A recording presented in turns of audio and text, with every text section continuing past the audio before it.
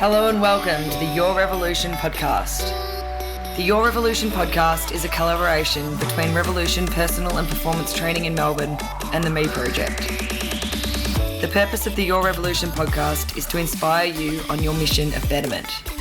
Each week on the podcast, you'll meet game changers who have created extraordinary lives, and you'll listen to stories and lessons to empower you to make the changes necessary to your life. The Your Revolution podcast is committed to fitness, health, nutrition, mindset, community, education, empowerment, and betterment, and we hope that you can take what you learn here and apply it to your very own revolution.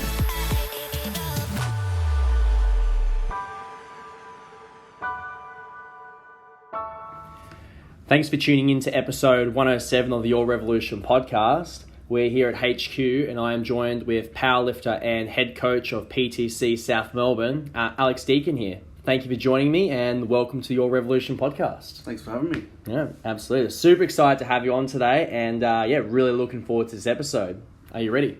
I'm ready, very ready. Good. Awesome. So before we dive in, I thought it'd be a good opportunity for you to firstly give your listeners a little bit of an intro into who you are and your journey through powerlifting and fitness as a whole. Sure. I'm a competitive powerlifter and coach, so head coach at PTC South Melbourne.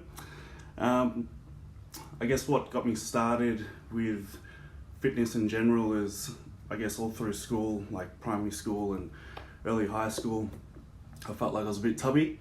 I played a bit of sport. I played tennis for a while. It just got to a stage where I really wanted to do something about it. Mum and Dad sort of didn't really have the skills to go through or give me any advice for that. So I had a mate that was going to gym, just at the local gym, and I thought I'd just head down there, and they put me on just like a circuit training thing. And I ended up loving that, and I'd sort of stay in there for like 3 hours just doing this circuit like over and over and over again. But like I wasn't allowed in the weights area yet, so I was just doing these machines. Too young? I was too young. Maybe like 16 or something. And it wasn't until I was 16 until they like wrote a program where I could go into the free weights area. And it just took off from there. Basically, it just sort of snowballed. Ended up going to like a more serious gym where there was like more of a lifting area, because you couldn't even do deadlifts at this gym. Okay. There was no rack or anything. You had to do squats in a Smith machine. Probably not proper flooring as well. Yeah, well, I was upstairs, so... Yeah. Don't want to disturb people down there. And Yeah. Then I ended up moving to a gym called the Fitness Factory in Pelican, which was much more serious, heaps of like hammer strength equipment, lifting platforms, squat racks and everything. And the guy there was really into just everything, basically. He was just super enthusiastic about fitness in general. Sure. Yeah, so he was mainly into like aerobic stuff, but as soon as I sort of started asking questions about strength training, he started he made the platform for me. He because it was out the back of Pakenham, there was plenty of people with like properties and stuff. Lots of space. And so he got one of the guys to come in and bring like one of their old tractor tires in, and I'd flip that out like around in the car park. Sure. And everything. And that's where it really started with strength training. So, have you heard of Westside Barbell? I have. Yeah. So that's my first introduction to powerlifting. They had all the YouTube videos, the squat, bench, deadlift manuals, everything like that. So, that's where it started. Yeah, some great program. I think when I first started, the Westside Skinny Bastards program was a real big training program I've followed religiously. The Joe DeFranco one? Yeah, that's the one. Yeah. For a skinny boy like myself. Well, I started with Westside, and then probably more so enjoyed the Westside for Skinny Bastards one because it's just more athletic. Yes, that's right. Yeah, so when I couldn't really find a powerlifting gym, at that time there was PTC Frankston, but it was like in the Frankston Dolphins change rooms, so it was really hard to find. Yep. So I was like, I'll try this other style of programming, and sort of did that for a while, and then PTC Frankston ended up moving to their current location in Carrum Downs, which is like a huge gym, and that's when I joined my first powerlifting team. Okay. Wow. Oh, yeah. Very good. Very good. And well, I suppose I guess you did talk about what sparked your interest in powerlifting, but so when you joined this, can you remember your first session when you walked through the doors and your experience? Yeah, well, I definitely remember my first session at PTC headquarters. Yeah. Because they made me max out on every lift. Oh, okay. Like a hazing period or a bit of a yeah, well, it was like they had this percentage-based, like linear periodization type programming, and they needed a max to base everything off. Sure. Yes. So yeah, I remember squatting 170 high bar, like ass to grass. I benched 155, so my bench was always pretty good. Oh wow, yeah. And I deadlifted 220 conventional. So okay, yeah. And just for everyone to know, conventional, that's the two hands over the top, so an overhand sort of grip, just to no, conventional as in feet together, hands. Oh, feet together. Hands on the air. So as opposed to sumo deadlift, which is sure. That's the style I use at the moment. So. Oh, okay. No, very good. Awesome.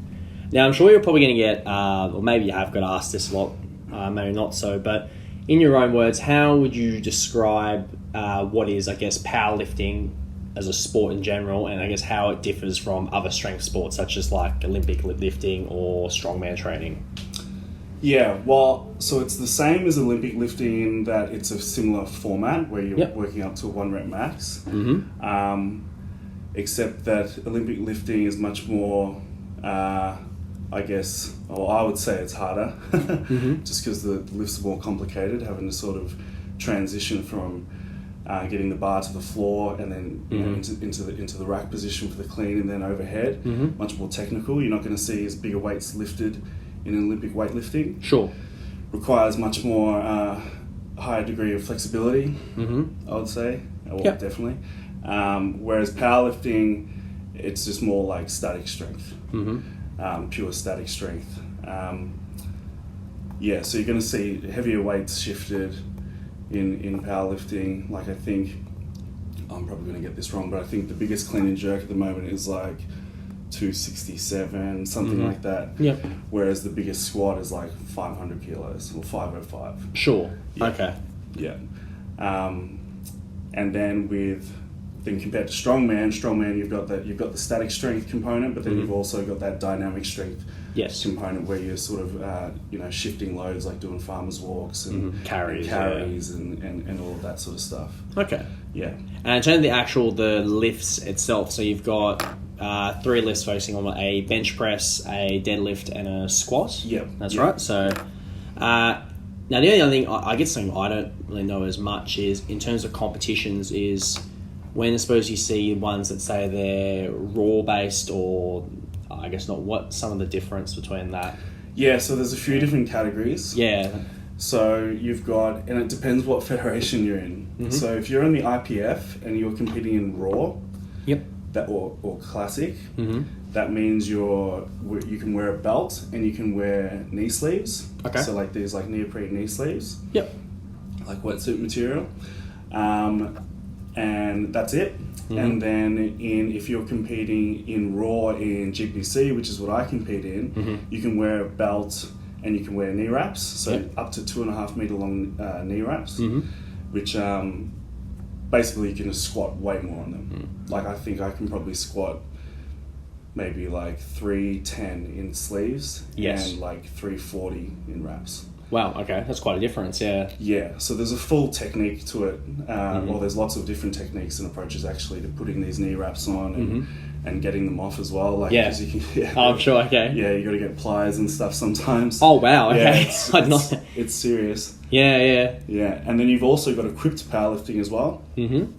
So the best way to sort of, or the best example of that is high jump to pole vault. It's basically the same thing except you're using equipment to do more. Sure, yeah. So with equipped powerlifting, you can wear these really tight squat suits, which are like this like canvasy sort of material. And then you can and then in the bench press you wear these bench shirts where the arms are almost like sort of stitched on the front, and they sort of walk out like with their arms in front of them, like a T-Rex, or like a zombie or something. Okay. Yeah. Oh wow. So Okay. equipped powerlifting isn't something I know a whole lot about. Yeah. It's not super popular anymore. But yeah. Okay.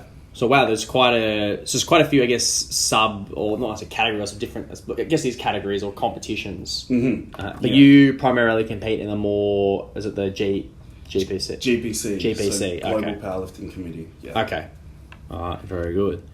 Now, I suppose actually while we're talking about your powerlifting, we should probably go over a little bit more of your experience. So I thought I'd give the listeners a little bit of an overview of your accomplishments, and feel free to correct me if I'm wrong with any of it. So you are a former all-time Australian record holder in the 90 kilogram weight class in powerlifting. You were a 2018 GPC National champion in the 90 kilogram weight class, which I believe was the 7th highest total in the world at the time, which is, outstanding. You've also reached the podium and placed at all competitions such as the Arnold Classic in the 95 kilogram weight class and every GPC National Championship since 2015 in multiple weight classes such as 90 kilograms, 100 kilograms, and 110. And your best totals, I've got is 857.5 kilograms at 89.5 kilograms of body weight.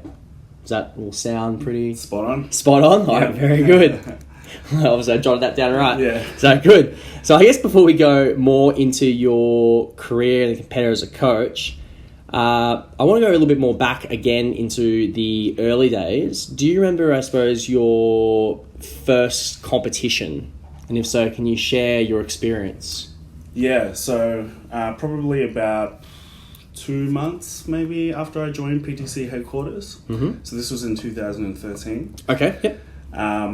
They hold novice comps. Most PTC gyms hold novice comps. And so novice comps nowadays will it'll just be like we'll try and set it up as if it's a real comp.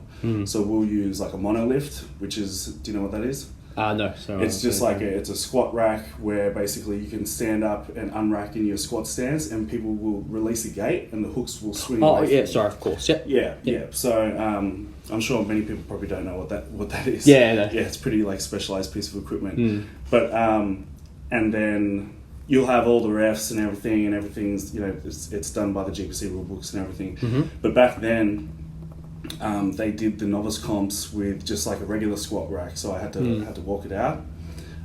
So I walked out 210 kilos in knee wraps, and I actually saw the video the other day, maybe like a couple of months ago. Okay. And I reckon my ass hit the floor, and I definitely don't squat that low. Yeah, sure. Yeah. Wow. Yeah. So that was pretty funny. I benched 160 and I deadlifted 230. So I totaled 600 kilos in my first comp, which was that's pretty good. Yeah. Yeah. Were they sort of the numbers you were expecting? Did you sort of have like, I guess, not a plan, but did you think maybe, okay, this is my target, so I wanted to... I hadn't never really thought about my total before joining the powerlifting gym. Okay. And so I hadn't really been thinking about it that long to like set goals. Sure. My coach at the time set those goals for me. So. Okay. So he was happy? He was happy. Yeah. Good. Yeah. They made a bit. I didn't know it was good. Yeah. But they made a bit of a deal out of the fact I totaled 600 in my first comp. So yeah, that was pretty motivating. No, awesome. Now, I thought just to clarify, in terms of like actual novice competition in general, is there, or maybe is back then, was there, I suppose, a criteria in terms of level of experience, or was it literally, if it was your first competition, you would go into the novice category? How would it? Yeah. So So mostly people that haven't competed before will join up, but it's not like if you've done a comp before, you're still allowed to do it. Sure. Some people might use it as a bit of practice. Yep. But not so often, to be honest. I think if someone feels like they need a bit of practice, they'll probably just do like a smaller sanctioned meet. Okay. And did I suppose you have any expectations when you first competed at all, or was it really, would you say, because I mean, I suppose my last one of our episodes with Damien Jones, Strongman, he talked about he thought the competitions for him were more like, he treated them more like as benchmarking. So obviously, after a long cycle of training, is that how you kind of approached it back then? It was more like you'd done all this work and it was like, that was, I guess, just to test your... Or like the sort of just the expression of your hard work. Yeah. I mean, when I did my first comp, I was just like shit scared of competing in front of a bunch of people. That's probably all I was thinking about. Sure. To be honest. Yeah, but I guess now when I'm competing, I mean, yeah, like I'm always just wanting to sort of chip away, and I definitely know it's a long game, but I'm probably thinking more about like placing and stuff like that. Sure. Like that's probably what I'm thinking more about, the competition of it. Yeah. Which is hard because that's not really in your control. Sure. Yeah, no, absolutely. So you sort of have to, like, I sort of keep both of them in mind, you know? Yeah. Like I'm gonna do what I can, and I'm not gonna, you know, overreach just because, you know, to try and overreach and do something, you know, potentially make a mistake because just because someone's like beating me or something like that. Yeah, sure. But yeah, I'm definitely there to be competitive. I think that's something that in powerlifting, because it's so numbers based and people have all these goals and and everything, they forget that it's like a sport. And I guess because for so long when you start powerlifting, you're not very competitive for ages, so you have this mindset of, okay, I'm just competing for me. But then it sort of gets to a stage when you are competitive and you have to sort of flip your mindset and go, well, actually, wait, this is a sport. Like, let's you know, let's go for the win or whatever. So So I suppose then, in that sort of sense, in competition, there is, I suppose, elements like, I suppose, similar to weightlifting that I've, I suppose, watched, that there's a strategy in terms of numbers at times, and I suppose what attempts or how much you would probably lift. Would that be pretty fair to say? Or oh yeah, there's definitely a lot of strategy going on. Yeah, it definitely, especially at the so the IPF is like definitely the most like professional version of the sport, and you've got like some of the comp day handlers. So in the IPF, you'll have like a team coach. Yep. And they might not necessarily be your coach, like day to day, but they'll be the ones using all the strategies and everything, and sort of watching the scoreboard and they're really the experts with that stuff. Okay. So that's another pretty cool aspect of the sport. Yeah, no, absolutely. Now, what advice would you give to someone that wanted to pursue powerlifting? To learn the basics first. Yep. Yeah. Okay. Yeah. Don't just sort of rush into it and feel like you need to like start straight away with the barbell. Kettlebell can be like your greatest tool, especially for the squat. Yep. Yeah. Just holding a weight out in front of you and having something loaded on the front. You're sort of like forcing like an abdominal contraction, sort of keeping you braced. Sort of allows you to really practice other aspects of the movement, like, you know, pushing your knees out and your foot pressure, and without having the pressure of having a weight on your back, you know. Yeah. So yeah, definitely getting a coach and learning basics. Okay. No, for sure. And what about in terms of actual competitions? Like, would you recommend someone to compete pretty quickly, or would, like, actually, I mean, that's a bit of a silly question, because I suppose you would say that once they'd mastered the basics, but when ideally would you say in a time frame to do, I guess, a competition? Depends on their level of skill. Yep. I think. Like, if they're technically proficient enough to I guess it's a hard one, because it's not like you have to go in a comp and max out. Yeah. You know, like, if someone really wants to sort of dip their toe in the water and they got a coach looking after them, for sure, they might only be sort of a few months in. They could do like a novice comp where, you know, there's not much, it's fairly casual. Yep. And you can sort of just go in and put up some fairly sub-maximal, clean looking lifts. Sure. Yeah, but I think for someone that's maybe doing it on their own or whatever, I would say maybe it's a pretty popular opinion to have at least like a year's training under your belt. Yep. Before you go and attempt like a 1 rep max. Sure. So yeah. Okay. I know. Fair enough. Now, one area, I suppose, actually of your training itself, I really wanted to pick your brain on was the mental side of training. Something I've kind of noticed that you place a lot of emphasis and focus on. Can you share, I guess, some of your tips on, I suppose, your mindfulness tips, actually? Yeah. Sure. Yeah. I started putting up mindfulness tips on my Instagram because I've always had like a lot of like anxiety in general, but mainly like social anxiety. Okay. Definitely like speaking and everything like on this and on different platforms, and even as a coach, like to go and put myself in a position to be a head coach was like really difficult. Yeah. Okay.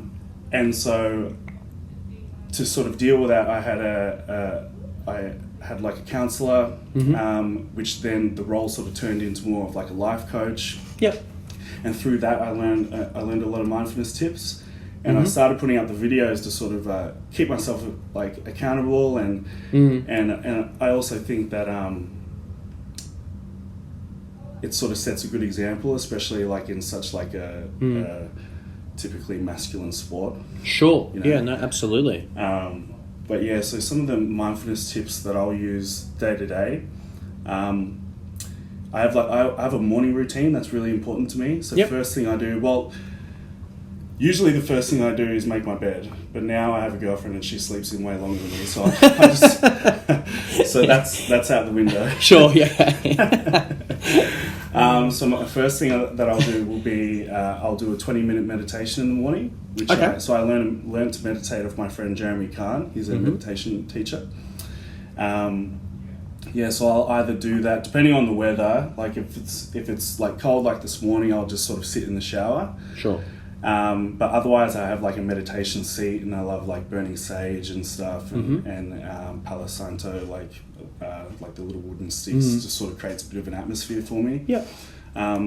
So I'll do that, and then I use like a transcendental style meditation where I basically just follow like a mantra. Yep. Okay. And then after that, I'll have, it evolves. So I used to have like a gratitude notebook. Yep. So I might write like 3 points after my meditation and sort of just do something to sort of let the effects sort of flow on into my day. Like I don't want to just like sit there for 20 minutes in this stillness and then just like get up and put music on and start doing stuff and have a coffee and like just carry on, just lose it. Yeah. Sure, okay. But I've actually got like a drawing board. I've got like an A3 drawing board. Okay. And some paper and pencils and stuff. Because I always visualize a lot when I'm meditating, and I visualize like different things, and I thought it'd be cool to try and sketch them. Not that I have any skill whatsoever, but my girlfriend is actually incredibly skilled with that. So my plan is to get her to sort of teach me. And Sure. So that's what I've got going on at the moment with my mindfulness routine. Yeah. I also make sure that I, like, if I'm reading a book, or for me, I listen to it on like an audio book. Audiobook, yeah. It's usually something about mindfulness. Like, at the moment, I'm reading a book called The Golden Sequence. Yep, I've heard of that. Yeah, you've heard of that by Johnny Pollard. So he's the owner or CEO or whatever of One Giant Mind, the meditation app, and just always trying to learn more, I guess. So yeah. No, it's very fascinating, and I suppose this mindful. Did you, I guess, start this before I guess you got into powerlifting as well, or how did you implement this with your training and also your coaching, or was this something you always did? Like how did when did you? I started it I started seeing my counsellor in 2015. Okay. And with the mindfulness stuff, like with the whole morning routine I went through, the start of last year. Okay. So not a very long time, but but I've been really consistent with it. Well, actually, the last couple of months haven't been amazing, but sort of getting back on track with it now. So sure. Yeah. No, I find that really fascinating. I think that's something like a lot of people can take out of. I mean, even myself. I mean, one thing I always try to make sure I make my bed, but I sometimes find these early mornings, if I'm a bit rushed, but just sort of like little things like that. Yeah, just getting those little wins into the end of the day. Like I'm not like some people just like real go-getters, like they're always just thinking of the next thing. I have to put things in place to be like that. So if I make my bed, it's like, yeah, cool, like I did that, and now I'm gonna what's the next task? So no, absolutely. No, I really like that. That's actually really fascinating. No, awesome. And I like them as well because it's very they're very like realistic. It's not like these are hard things to do. Yeah, like it almost seems pointless. Yeah. Until you start doing it and seeing the flow-on effect it can have. Sure. Yeah. No, absolutely. Now, I suppose leading, into the present. Now, you are the head coach of PTC South Melbourne. Can you talk about firstly, for those who don't know, what PTC is in general, and how you got into that role and your experience in that role? Yeah. So it's a strength training facility. Yep. Mainly for powerlifting. Mm-hmm. So as I mentioned before, there was PTC headquarters, which is obviously the first one. Yep. And there's plenty of other PTCs as well. Like in Victoria, you got like PTC Eltham, PTC Rowville.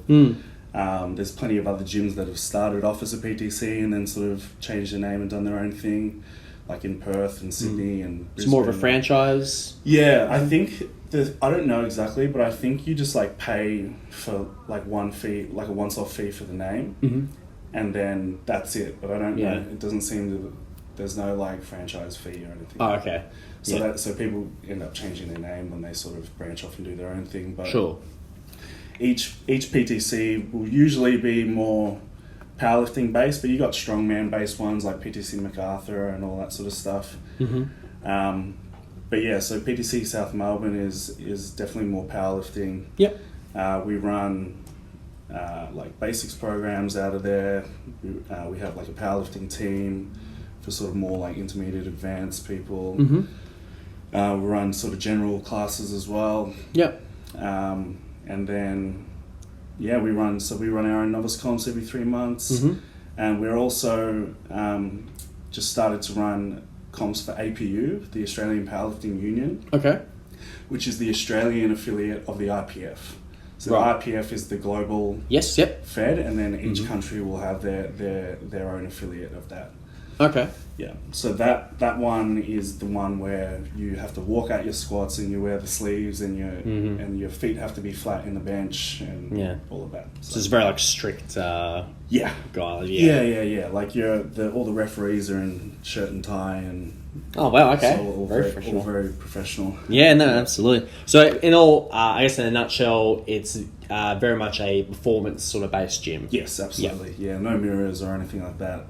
One of those sort of gyms. No mirrors, no egos. Oh, fantastic. No dickhead policy. Yeah, no, I love it.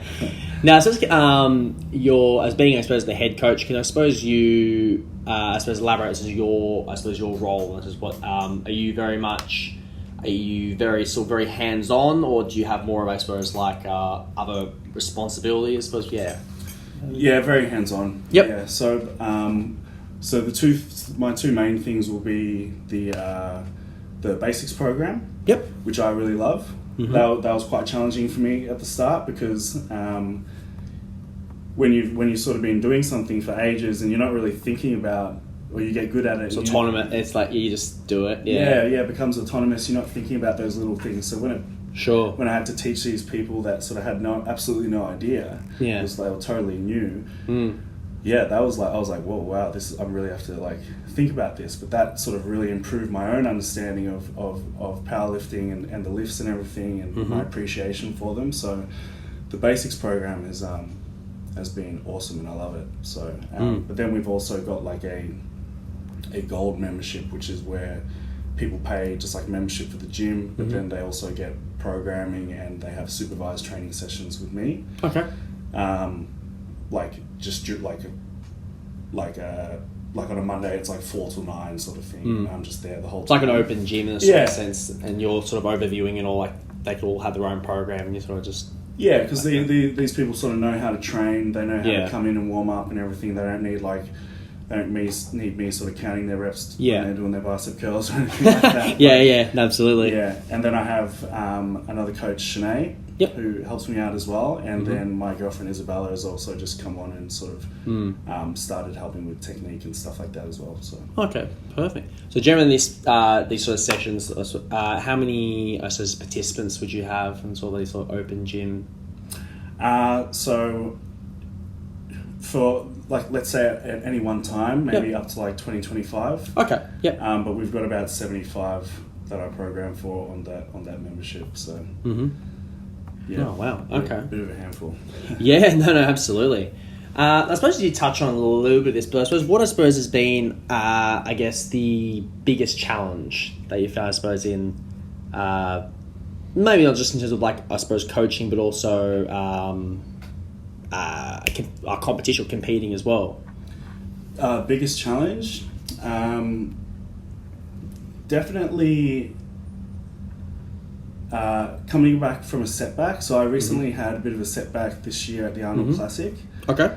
Where I was set to do really well, but I bombed, and so that means that I was disqualified. Okay. So if you bomb, it means that you didn't make any attempts out of one of the lifts. Yes. So you have to make at least one successful attempt out of the squat, bench, and deadlift to post a total. Sure. Yep. And I failed all of my bench presses, and this was because my bum kept coming off the bench, and I wasn't able to rectify that on the day. On the day. Yeah. So I mean, I was on the last one, but then so you get 3 attempts. Yeah. And on the third attempt, as I pressed, the bar dipped, so the bar can't change directions once it's being pressed. Sure. So if the bar dips, it doesn't count. Okay. And because I'd put that expectation on myself, and I'd sort of, especially last year, like with all the mindfulness stuff, like I was feeling like amazing. Like I'd really felt like I'd really transformed myself as a person. Then boom, hit this massive setback, and that really knocked me about, and put a lot of doubt and sort of uncertainty in my mind, and that sort of flowed on into like other aspects, like with coaching and everything. So that's definitely been my biggest challenge that I've faced so far with powerlifting. And yeah, just sort of having to put everything back in place, like how I said, the last few months haven't been that great for me in terms of my mindfulness stuff. Sure. I sort of realized that I wasn't doing enough for myself, and that's so probably the last few weeks is where I really turned it up, and so I can get back on track. Well, part of that, I suppose, it sounds like you set a very high standard or expectations in terms of wanting to place and always wanting to do well. Was that part of it, I suppose, why it was hard to? That was definitely a lesson that I learned from that. Like it was all about winning that comp. Yeah. And and then when that didn't happen, it was fairly devastating. So no, absolutely, I think that makes a lot of sense. Now, I suppose in terms of not even just bouncing back from that, but in general, I suppose you have touched on a little bit. But what I suppose did you have any other resources or influences or even people that I suppose have helped you along, not just with that, but maybe just in general? Yep. So apart from my life coach Solomon, I've got like a really, really supportive group of friends, which I think I mean these guys are like that anyway, but we definitely breed a culture at PTC where it's there's like we can sort of feel safe to sort of be vulnerable and talk about things, especially with the guys and everything. And I've got some really supportive friends that sort of help me through those times. Those guys really break the mold. In that aspect. No, 100%. So I'm super grateful for that. Obviously, Izzy is great as well. Isabella is great as well. But I also, I'm pretty spiritual, and so I have like a Reiki master. Yep. And so sometimes, like I might go there for some Reiki, but other times I'll sort of go there and just for a chat. She sort of plays a bit of like a mentor role for me as well. Yep. So I'd say that they're the biggest influences for me. No, great answer. Great answer. Now, I suppose on a more of a broad topic here, I just want to discuss was powerlifting in Australia. Now, here's one thing I've noticed. I suppose not just with powerlifting, but also I suppose you've got the strongman training and CrossFit. Seeing as you have, I suppose, done it for quite a few years now, can you talk about, I suppose, the growth of the sport, particularly in Australia, in more recent years? Yeah, it's been huge. Yeah. So if we just talk about GPC, the first GPC Nationals was in 2012. Yep. And I think there was, so I wasn't even into it, but at this stage I came a year later, but I think there was like 9 women in the whole comp. Wow, okay. Whereas, and then by 2015, we had this crazy comp where there was like, it went for like 7 days in the Gold Coast, and there was like 360 competitors, and like, and I think it like 190 or 180 of them or something were women. Wow, okay. So, it's not only has it grown like in general, but like we have so much more women competing as well, which is awesome. And we have, Australia has in general, like some really, really impressive lifters, but especially the female lifters. Yeah. I guess we've definitely seen the growth of the sport in our gym. Yep. Because, and I think through things like CrossFit, where people are sort of, the general population is sort of introduced to the main lifts in maybe a less intimidating way. Not that a powerlifting gym is always intimidating, but I could understand how people might think that if they haven't been in one. Yeah. I definitely credit CrossFit for that, for sure. Yeah, it's funny you say it because, again, I'm talking about the last episode of Damien Jones, and he credits a lot CrossFit for, I guess, the growth of powerlifting, strongman, so... Weightlifting as well. 100% in terms of that, with the things such as like Rogue, some of those other big brands now or that have sponsored Reebok and whatnot. So would you say, I suppose in the early days there was, I guess, a bit of a stigma with powerlifting? Because like you said, we went from 8 or 9 females to 100 and something, which is just, incredible in terms of growth. Did you say there was, I suppose, that at the start? I guess so. I guess I think people always thought that powerlifters were just a bunch of fat guys. Okay. But then you see like lots of like lighter weight lifters with great bodies and stuff, and it's starting to become more appealing, and they're like, maybe bodybuilding or CrossFit or whatever isn't the only way to get a great body. Maybe I can do powerlifting and maybe just watch my diet. 100%. So. I suppose, I guess part of that would probably be because maybe what people see on TV and stuff with, mainly like the heavyweights. I just think, you have to be, I suppose, like sort of big, a real big, big unit or... Yeah, well, I guess that's the weights you see because they're the biggest weights lifted by the heavyweights. No, absolutely. So. Now, I suppose one aspect of powerlifting I wanted to touch on is, I suppose, very similar to, either from my sport of wrestling, that I say it's very, I don't know if you agree, probably very volunteer-based.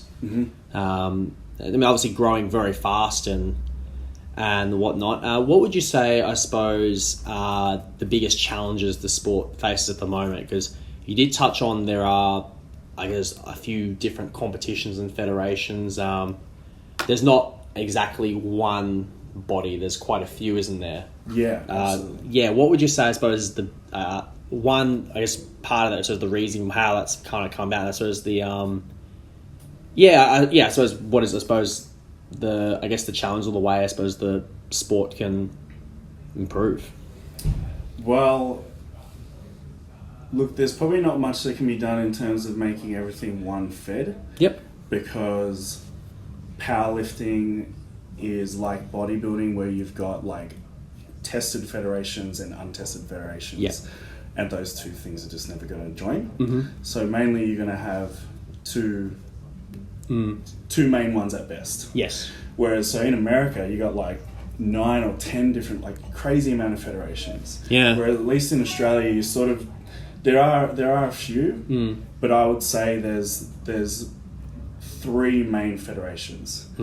And the only reason that there's 3 is because the 2 drug tested federations, so Powerlifting Australia and Australian Powerlifting Union. Powerlifting Australia was the IPF affiliate. Yep. But then they got kicked out for a bunch of reasons, and now APU formed out of that. Yep. But PA sort of still is like very well established and still has a huge member base. Sure. So that's why there's the sort of three main ones there. There are a couple of other ones, but they don't have as big a support. So that definitely is a challenge to sort of get it. Like, I think that's the reason why it probably won't ever be in the Olympics. It's not an Olympic sport. Yep. Okay, that was going to be my next question. Yeah. Yeah. I definitely. I mean, I don't really know, but I don't think there's much chance of that. The other challenges it faces are just being a more spectator-friendly sport. So if you go to a local comp, like so the GPC Melbourne Cup is next weekend at PTC headquarters. Sure. It's 2 days. It's over 2 days, and it's probably going to go from like 10 till 5. Okay. Both big days. Day. Yeah. So if you're going there to watch your mate or whatever, and you don't know anything about powerlifting, you're gonna hate it. Yeah. Like, unless you like instantly fall in love with it, and you want to watch like love at first sight. I don't know, like 50 people like sort of squat in a row. Like you're there to see your mate. So there are so you've got Pro Raw Powerlifting, which run. Well, one of the comps is Pro Raw at the Arnold Classic, and then they've got Big Dogs, which is at the convention center as well. So that's in a few weeks. So Big Dogs in particular is only like 15 guys. Just going head to head, no weight classes. Like they just invite the biggest and the best. And they've also introduced another category called Wildcats, which I think is like a lot of the names of these Big Dogs. Wildcats. So that's like under 75 kilo women, which is probably the most competitive class in Australia. Like some of these girls are squatting like Keita Davis squats like 240 or something crazy, like under 75. I've actually I've got a friend, an old friend, uni friend. I always go blank on her name, but I know she's up there in terms of females. Her name's Brenda. I can't remember her last name, but she was telling me, I think in her weight class she's in like the 63 kilogram or something, and I remember seeing there's a lot of women, like you said. It's those middleweight classes, like the so when I say 75 kilo weight class, that's a GPC weight class.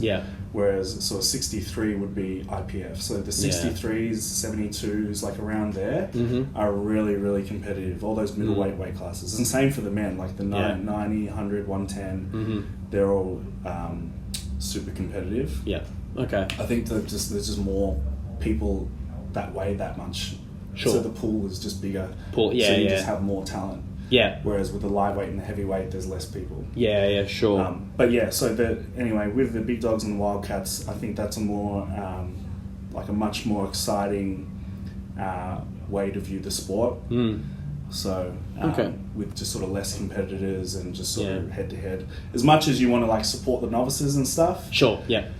Like for someone who's not into powerlifting, they don't want to watch someone squat like 90 kilos or something. No, fair enough. Would you also say, I suppose, competitions or shows such as, like you said, the Arnold Classic helps as well in terms of the promotion and?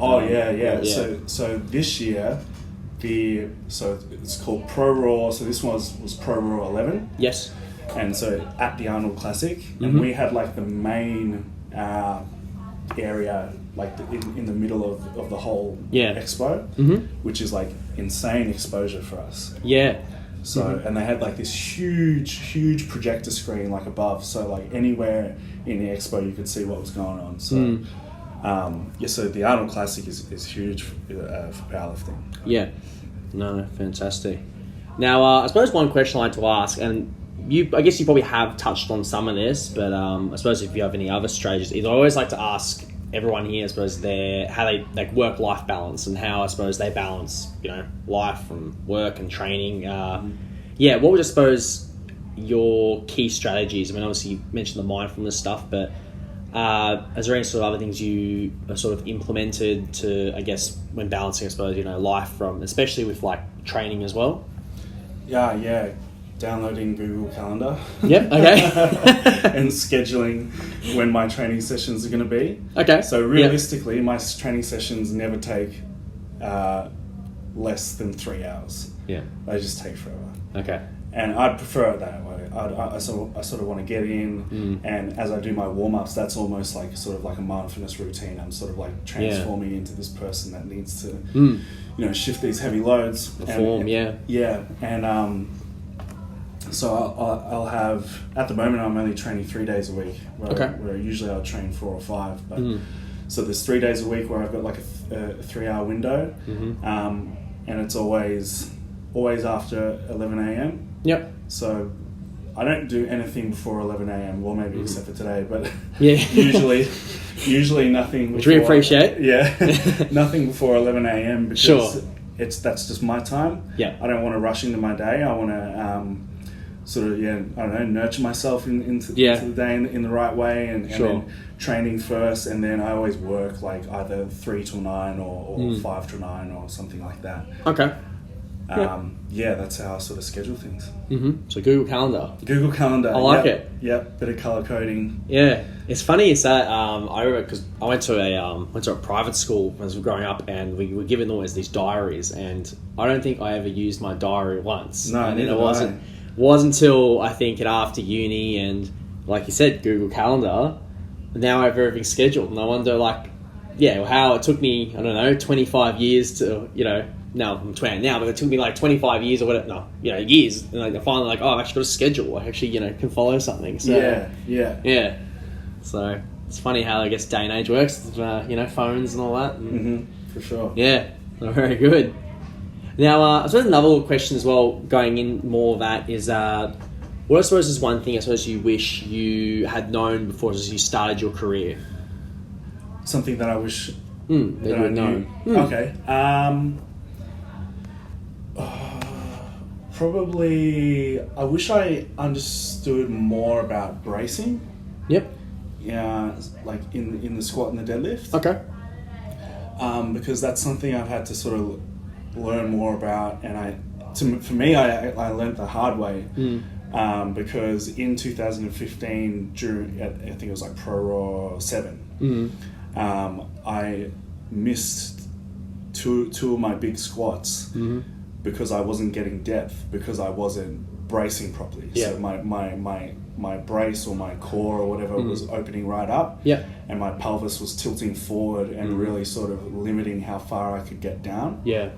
But I had no control in that area, but all this strength around it. Like I was squatting like 320 at the time. Wow, okay.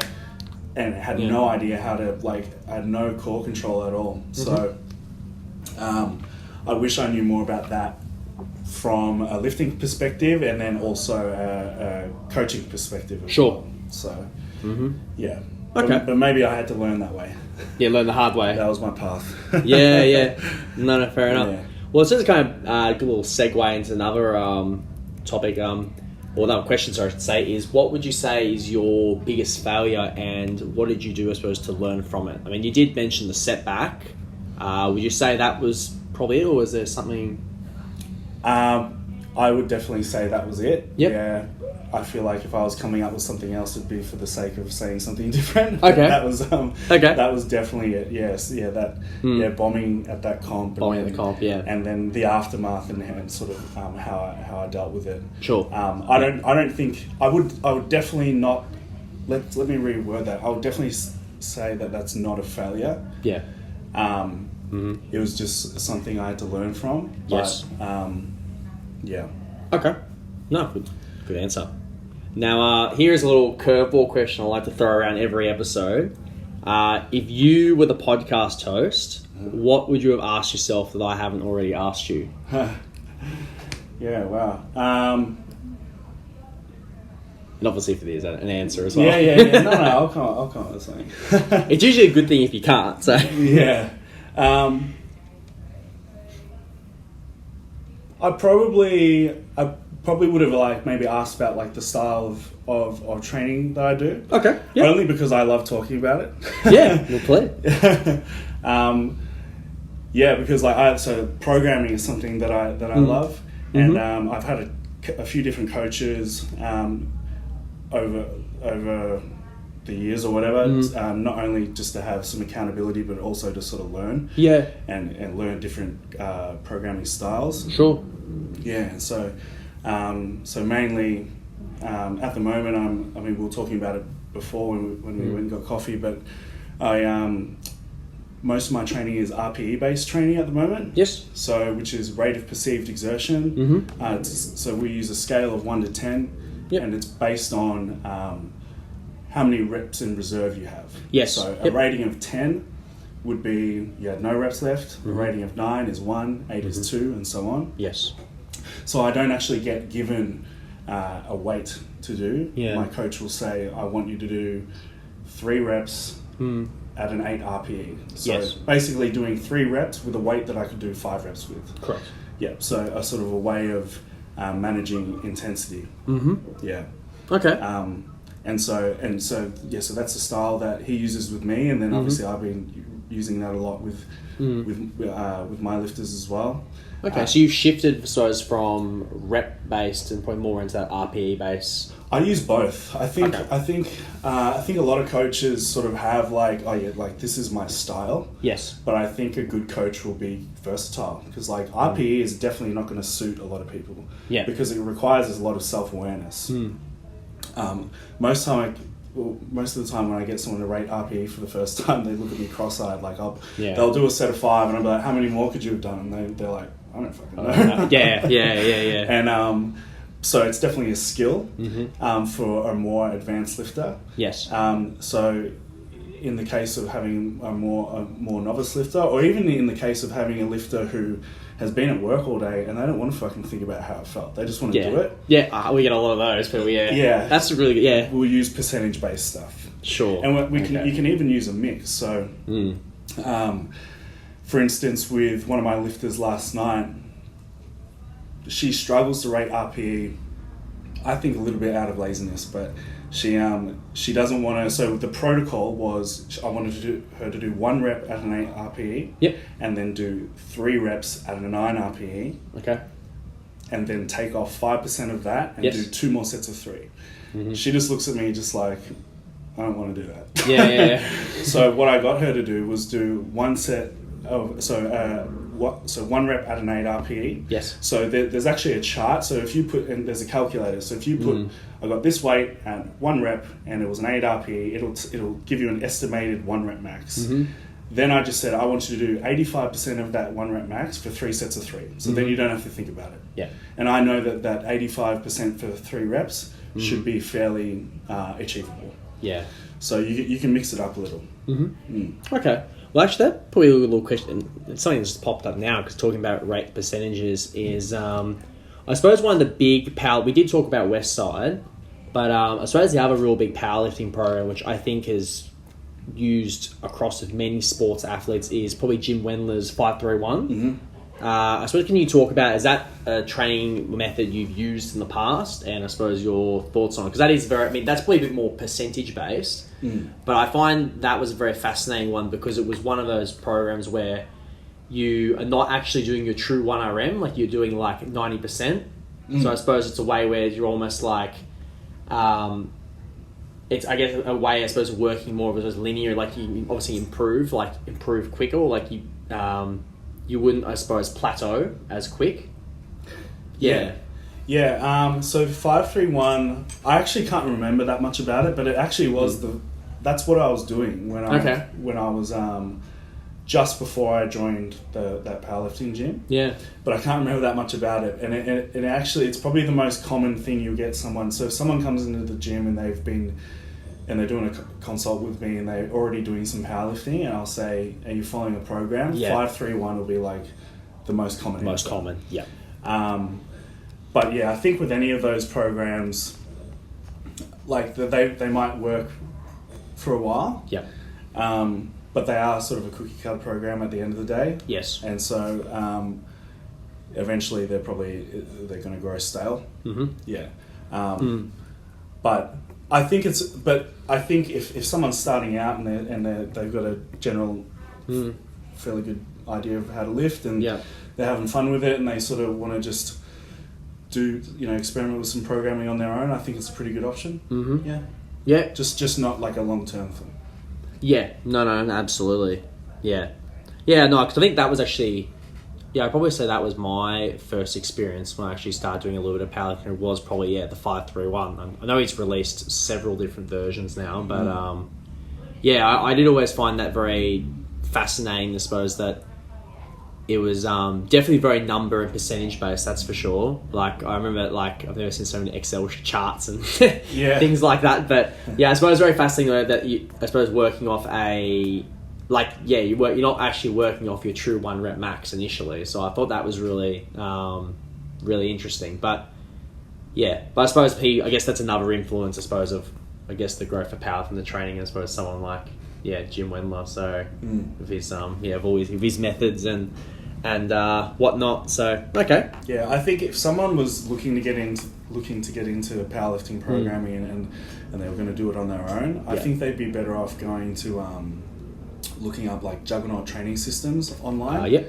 I think they have some really good programming templates. It's like a chaos. I can't remember the name of it. I think I know of it. Yeah. I think there's a few that you can sort of get, but they're really great. So no, I don't know if it's Juggernaut. Is one called the Texas method? I can't remember. There was another. Yeah, that's a different one as well. There's Texas method. There's 5x5. 5x5. Yeah, that's another one. Yeah. So. Okay. Have you tried experimented with these programs yourself at some stage, or? No, I basically just did the West Side for Skinny Bastards and then 531 and then got a coach. Yeah. No, fair enough. No, very good. Well, I'm glad you talked about programming there, because that's very interesting. All right, very good. Now, I suppose in closing, where can our listeners, firstly, if they want to reach you first, how can they contact you? And I suppose a little bit of plug, I suppose things like your social media, and where can they find you? Where is PTC and all that? So. Yeah, well, you can find me specifically on Instagram, so Alex Deken, Deken, PL. Mm-hmm. My email's on there for coaching inquiries and stuff like that. Yes. Then PTC South Melbourne has a Instagram handle as well. Yep. PTC's on Facebook. Mm-hmm. I'd say Instagram and Facebook. Oh, and PTC, we have a really good website as well. So you can find that through it's just www.ptcsouthmelbourne.com.au. Yeah. So, okay, perfect. Pretty straightforward. No, brilliant. All right, well, I said to close off. Now, I did mention we we're going to go through the Revo PT signature 20 questions. So I said we've got 20 questions, rapid fire, basically just short responses. Are you ready? Yep. Alrighty, let's do it. Okay, question number 1. Protein bars or protein shakes? Protein bars. Good. Question 2. Squats or deadlifts? Squats. You're the first one. It said squats. Everyone says deadlift. I like it. Breaking the mold. Question 3. Bench press or overhead press? Bench press for sure. Yeah. I hate overhead press. Question 4. Barbells or kettlebells? Barbells. Yeah. Question 5. Do pineapples belong on pizza? Yes. Yes. I used to say no, and then I changed my mind. Yeah. Okay. Yes. Right. Question 6. Favorite superhero? Oh, fuck.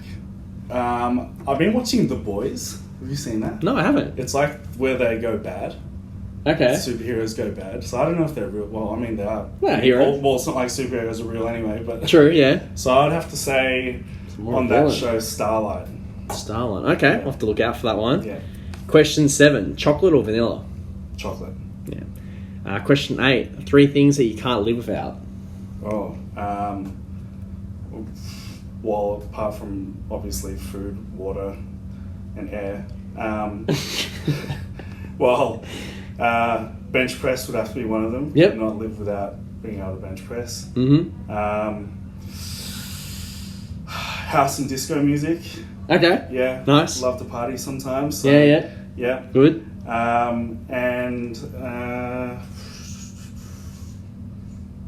coffee. Coffee? Yeah. Oh, very good. Bit of a coffee snob, so... No, very good. Question 9. Favourite sports team? Essendon. Oh, Bombers fan. Okay. Very good. Question 10. Most annoying habit? Most annoying habit? whenever I walk into a room and like I like subconsciously want attention, I'll walk in and like clap. Okay. Yeah, that's like a thing people notice to me. They're just like, yeah, okay, Alex, we know you're here. Yeah. I like it. Question 11, favourite movie? Law-Abiding Citizen. Oh, good film. Yeah. Good call. Question 12, favourite song? Fuck.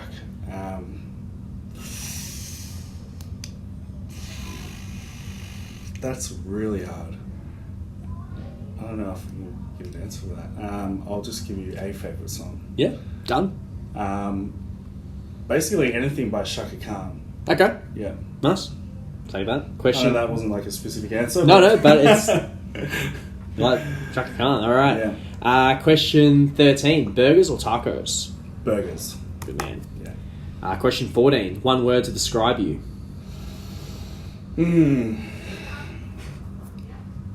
I'd say strong. Not just physically, Yep. mentally as well. No, very good. Question 15, what 3 things would you take on a desert island? I would take... I'll take it... Well, shit. I have to take like headphones and like music. Yep. I would take... I feel like the obvious answer is you just have to take like a how long are you on this island for? Like Castaway. Let's assume like Yeah, okay. Castaway. 2 years, I don't know. Well, 2 years worth of food and 2 years worth of water. Alright. Very good. Alright. That was a shit answer. Question 16. Favourite holiday destination? Iceland. Okay, nice. Very good. Anywhere specifically? Well, just in Reykjavik, Yep. the main town. That was definitely my favourite. Oh, very good. Did you ever see them perform the Viking clap there? Nah, I didn't. Right. And I actually wasn't even into powerlifting then. So you've got like Hafthor Bjornsson, like the mountain. I was going to say He's got his own gym, and I didn't even. I went there when I was 21, so I'd love to go back for that reason as well. Now that I've got like more of an interest in strength training. So. Are you a big Game of Thrones fan as well? No, not really. More just a fan of Thor. Yeah, fair enough. Yeah. Oh, very good. Question 17. Signature dish. Pancakes. Okay. Yeah. Any? It's only my signature dish because it's the only dish I make I make it for my dinner. So Okay. I have like a guy who makes like prepared meals for me. Yep. And so the only meal I make is pancakes for dinner, which is like 4 eggs, oats, banana, got like sugar-free maple syrup and peanut butter and all that sort of stuff on it. So awesome. Signature and only dish. Yeah. Oh, very good. Question 18. What is the best Wi-Fi name you have seen? I remember seeing a ridiculous one once, but I'd be making it up because I can't remember. Okay. So you said some pretty big one. Yeah, I've seen it. Yeah. All right, fair enough. We'll take that. Question 19. Do you have any superstitions? And if yes, what are they? Yeah, I definitely don't walk on like a crack on the sidewalk. Okay. Yeah, like that's like, I don't know, it's just when I'm walking, I'm like so aware of like what lines I'm walking on. I've always done that since I was like in primary school. Okay. I've just never, I don't know if that's like a superstition or just like a habit. No, Like, there's there's nothing attached to it. Like I don't think anything's going to happen, but yeah, that's what pops to mind. Yep. No, fair enough. Next question. What makes you bored? What makes me bored? Just like general like stagnation. If I feel like I'm not doing anything to challenge myself. Yeah. Yep. No, fair enough. Question 21. Favorite word in English? Discombobulated. Okay. I like it. I don't know. I just always thought that was a funny word. Yeah, it's a good ringtone. Discombobulated. Okay. Question. Last question. What is the most ridiculous fact you know? Oh. This is a good one almost. Yeah. Well, I mean, imagine it's good if I know a fact, but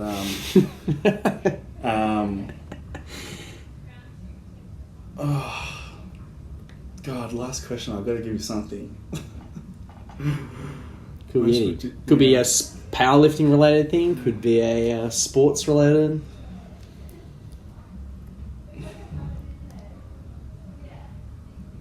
Well, in terms of like ridiculous, as in like amazing. Yeah, but like with powerlifting. Have you heard of Ed Cohen? Yes, I have it. Yeah, He's like the greatest of all time. Yeah. Powerlifter, and if you read his stat sheet, like he's totaled, so in weight classes going from like 90, 82 and a half, 90, I think he's even 75s. Let's say 82 and a half, 90, 100, 110. Yep. He's totaled over 1,000 kilos like 34 times. Wow. He like squatted like 455 kilo or like over 1,000 pounds.